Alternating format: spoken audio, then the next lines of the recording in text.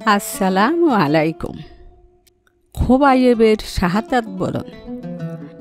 রাসূল সাল্লাল্লাহু আলাইহি সাল্লাম একবার 10 ব্যক্তিকে গোয়েন্দা হিসাবে সংবাদ সংগ্রহের জন্য পাঠালেন এবং আসিম ইবনু সাবিত আনসারীকে নেতা নিযুক্ত করেন, যিনি আসিম ইবনু উমর ইবনুল খাত্তাবের নানা ছিলেন। তারা রওনা করলেন। যখন তারা ওসফান ও মক্কার মাঝে হাদআত নামক স্থানে পৌঁছেন, তখন হোজাইল গোত্রের একটি প্রশাখা, যাদেরকে লেহরিয়ান বলা হয়, তাদের নিকট তাদের ব্যাপারে আলোচনা করা হয়। তারা প্রায় 200 তীরন্দাজকে তাদের পিছু ধাওয়ার জন্য পাঠান।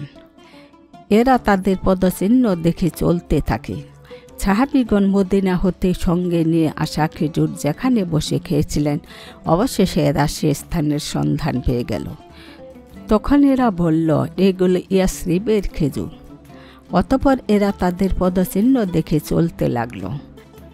যখন আসিম ও তার সাথীগণ এদের দেখলেন, তখন তারা একটি উঁচু স্থানে আশ্রয় গ্রহণ করলেন, আর কাফিররা তাদের ঘিরে ফেলল এবং তাদেরকে বলতে লাগল, তোমরা অবতরণ করো ও স্বেচ্ছায় বন্দিত্ব বরণ করো। আমরা তোমাদের প্রতিশ্রুতি দিচ্ছি যে তোমাদের মধ্য হতে কাউকে আমরা হত্যা করব না।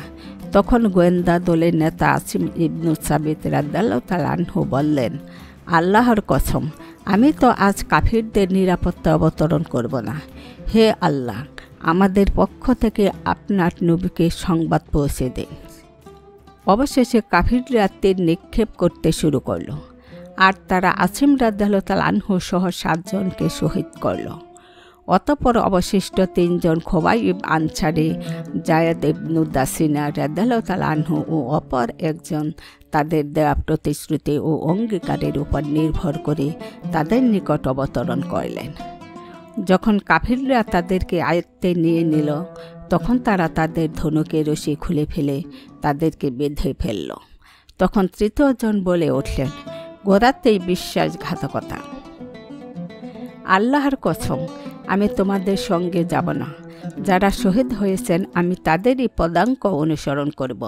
ফলে তারা তাকে টেনে হিঁচড়ে তাদের সাথে নিয়ে যাওয়ার চেষ্টা করল, কিন্তু তিনি যেতে অস্বীকার করলে কাফিররা তাকে শহীদ করে ফেলে এবং খোবাইব ও ইবনু দাসিনাকে নিয়ে চলে যায়।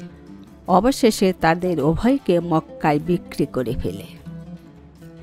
এটা বদর যুদ্ধের পরের কথা।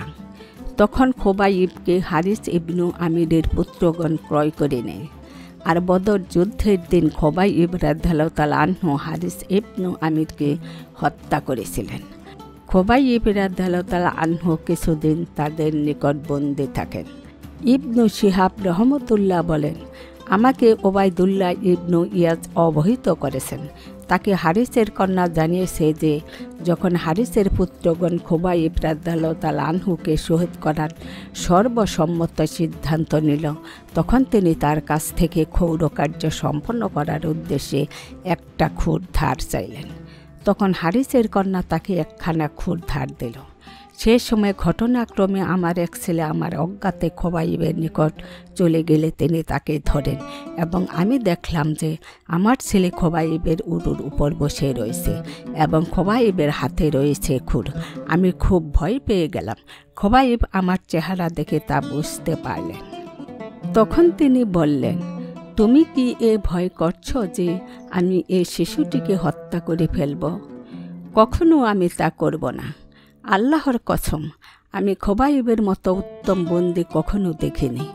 আল্লাহর শপথ, আমি একদা দেখলাম তিনি লোহার শিকলে আবদ্ধ অবস্থায় ছড়া হতে আঙ্গুর খাচ্ছেন, যা তার হাতেই ছিল, অথচ এই সময় মক্কায় কোনো ফলই পাওয়া যাচ্ছিল না। হারিসের কন্যা বলতো, এ তো ছিল আল্লাহ তাআলার পক্ষ হতে প্রদত্ত জীবিকা, যা তিনি খোবাইবকে দান করেছেন। অতঃপর তারা খোবাইবকে শহীদ করার উদ্দেশ্যে হারামের নিকট হতে হিলদের দিকে নিয়ে বেরিয়ে পড়ল। তখন খোবাইব রাদিয়াল্লাহু তাআলা আনহু তাদেরকে বললেন, আমাকে 2 রাকাত সালাত আদায় করতে দাও। তারা তাকে সে অনুমতি দিল। তিনি 2 রাকাত সালাত আদায় করে নিলেন। অতঃপর তিনি বললেন, তোমরা যদি ধারণা না করতে যে আমি মৃত্যুর ভয়ে ভীত হয়ে পড়েছি, তবে আমি সালাতকে দীর্ঘ করতাম। হে আল্লাহ, তাদেরকে এক এক করে ধ্বংস করুন। আমি কোনো কিছুরই পরোয়া করি না। যখন আমি মুসলিম হিসাবে নিহত হই, আল্লাহর রাহে যেভাবে আমাকে পর্যদুস্ত করা হোক, তা কেবল আল্লাহর জন্যই করা হচ্ছে। তিনি ইচ্ছা করলে আমার বিচ্ছিন্ন অঙ্গসমূহে বরকত দান করবেন। অবশেষে হারিসের পুত্র তাকে শহীদ করে ফেলে। বস্তুত যে মুসলিম ব্যক্তিকে বন্দী অবস্থায় শহীদ করা হয়, তার জন্য 2 রাকাত সালাত আদায়ের এই রীতি খোবাইব রাদিয়াল্লাহু তাআলা আনহু পরিবর্তন করে গেছেন।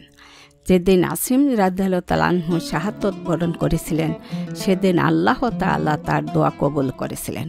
সেদিনই আল্লাহর রাসূল সাল্লাল্লাহু আলাইহি ওয়াসাল্লাম তার সাহাবীগণকে তাদের সংবাদ ও তাদের উপর যা যা আপতিত হয়েছিল সবই অবহিত করেছিলেন। আর যখন কুরাইশ কাফিরদেরকে সংবাদ পৌঁছানো হয় যে আসিম রাদিয়াল্লাহু তাআলা আনহুকে শহীদ করা হয়েছে, তখন তারা তার কাছে এক লোককে পাঠায় যাতে সে ব্যক্তি তার লাশ হতে কিছু অংশ কেটে নিয়ে আসে, যেন তারা তা দেখে চিনতে পারে।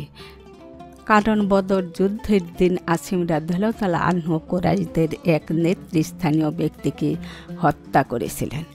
আসিমের লাশের রক্ষার জন্য মৌমাছির ঝাঁক প্রেরিত হলো, যারা তার দেহ আবৃত করে রেখে তাদের ষড়যন্ত্র হতে হেফাজত করল। ফলে তারা তার শরীর হতে একখণ্ড গোশতও কেটে নিতে পারেনি। শিক্ষা: সর্বদা নেতার অধীনে সংঘবদ্ধ জীবনযাপন করতে হবে। ওয়াদা ভঙ্গ করা কাফের মুশরিকদের চিরাচরিত অভ্যাস। নারী ও শিশুর প্রতি ইসলামের সহমর্মিতা সীমাহীন। এজন্য যুদ্ধের ময়দানেও তাদেরকে আক্রমণ করতে নিষেধ করা হয়েছে। শাহাদাত মুমিনের কাঙ্ক্ষিত লক্ষ্য। আসসালামু আলাইকুম।